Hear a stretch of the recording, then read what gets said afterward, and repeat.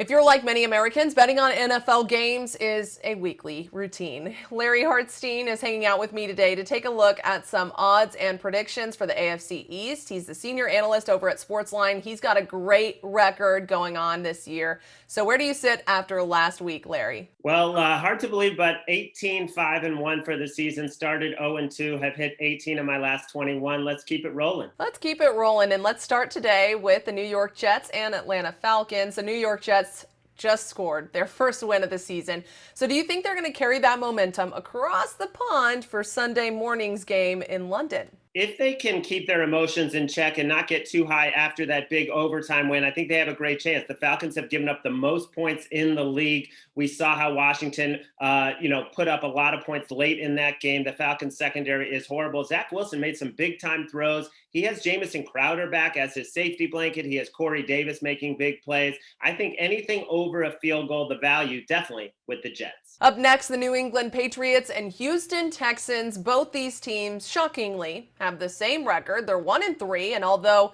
it was exciting to see Tom Brady back in Foxborough last week, the Pats really let that game slip away from them. So are they going to carry the frustration from that loss to Houston this week? Well, Bill Belichick really, I think, let them down by not going for it on fourth down and trying a 56-yard field goal in a rainstorm. Would have had a much better expected chance of winning if they had gone for it on 4th and 3. Okay, that's in the past. Are they going to get a big win over a Houston team that just got blown out 40-0 to Buffalo and looks like the worst team in the league because of their backup quarterback, Davis Mills, who's clearly not ready. But, in his only home game against Carolina, he played pretty well, 19-28, didn't turn the ball over. The Patriots are not an explosive team. You see them dink and dunk and matriculate their way down the field. They are not the kind of team that's looking to put up 40 points. They don't play that way. So this is a big number.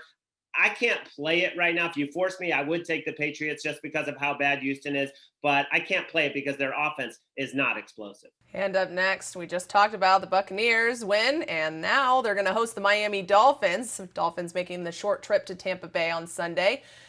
And this Miami team lost 3 straight, and really they should be 0-4 had it not been for a late fumble by the Patriots. That was all the way back in week 1.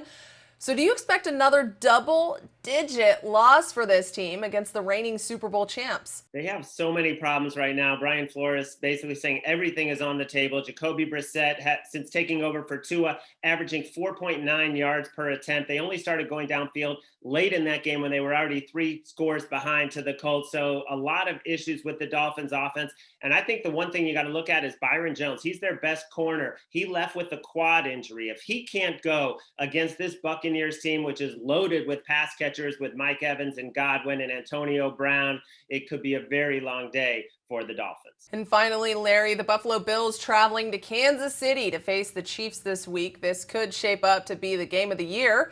And it's a rematch of last season's AFC Championship game, and the Bills have been pointing to this matchup for months. So do you think Buffalo can get it done at Arrowhead this time? I really wish I had jumped on this right away. The line opened at 3. You could have gotten a full field goal with Buffalo. It's down to 2.5.